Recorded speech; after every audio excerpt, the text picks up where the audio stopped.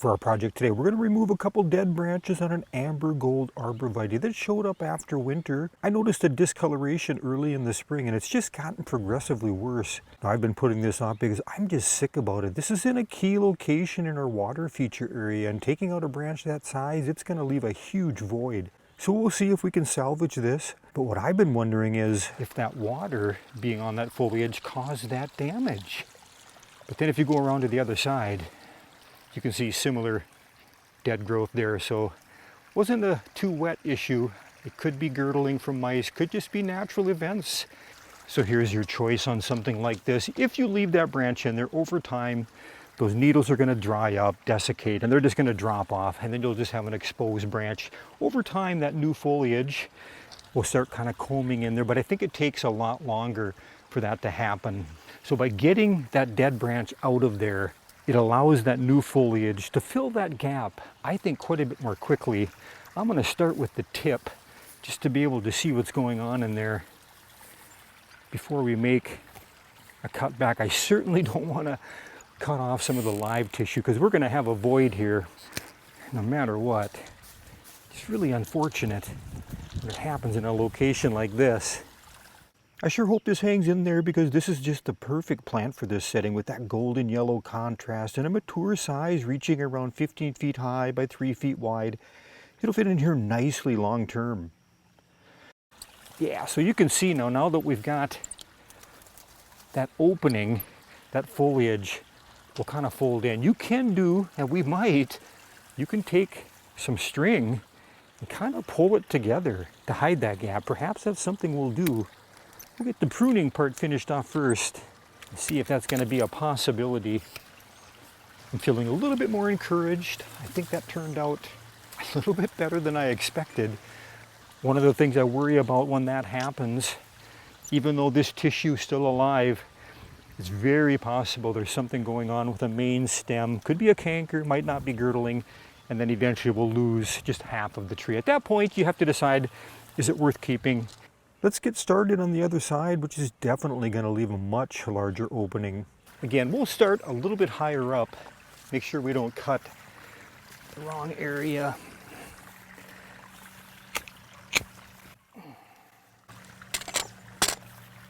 Let you see kind of what that looks like down in there. Quite a bit of leaf buildup. That's very common on the arborvitaes. I love the yellow on this arborvitae, how it contrasts off that rusted metal arbor we've got here.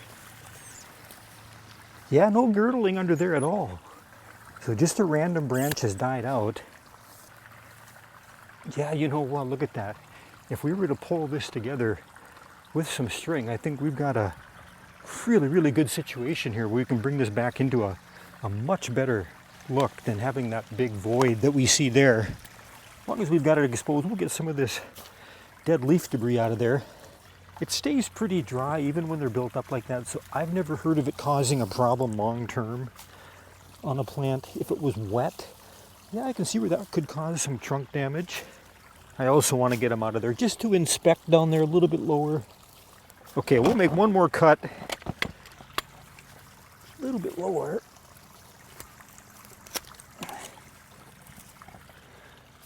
Now to correct this problem, we're going to go ahead, we're just going to take some twine and grab a couple of the more tender branches. Doesn't take a very strong piece of string. We're just using a wood twine. Sometimes that can be a good benefit. If you ever forget about it, it will rot eventually, and you're unlikely that you will girdle a tree.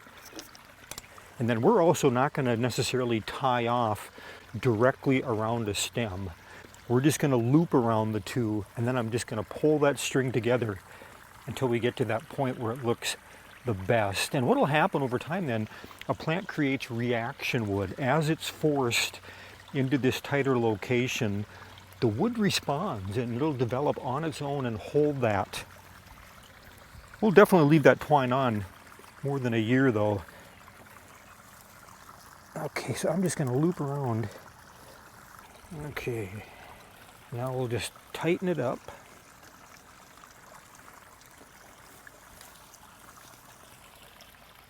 Look at that. Disaster averted.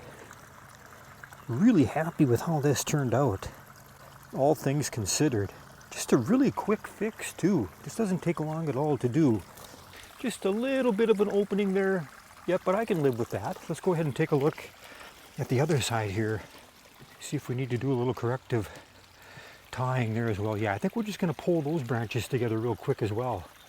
This bright yellow becomes a warmer amber tone in the winter, hence the variety name Jantar, which is Polish for amber. If you like the size and shape of this arborvitae but prefer a green color, its parent plant is the emerald arborvitae, which has a rich year-round emerald green color. I think that's the best we can do. We'll go ahead and give it a quick shear and make it as uniform as we can and really get our amber gold off to a new fresh start. That's all I've got for now. Thanks for stopping by Garden Hike. We'll see you again next video.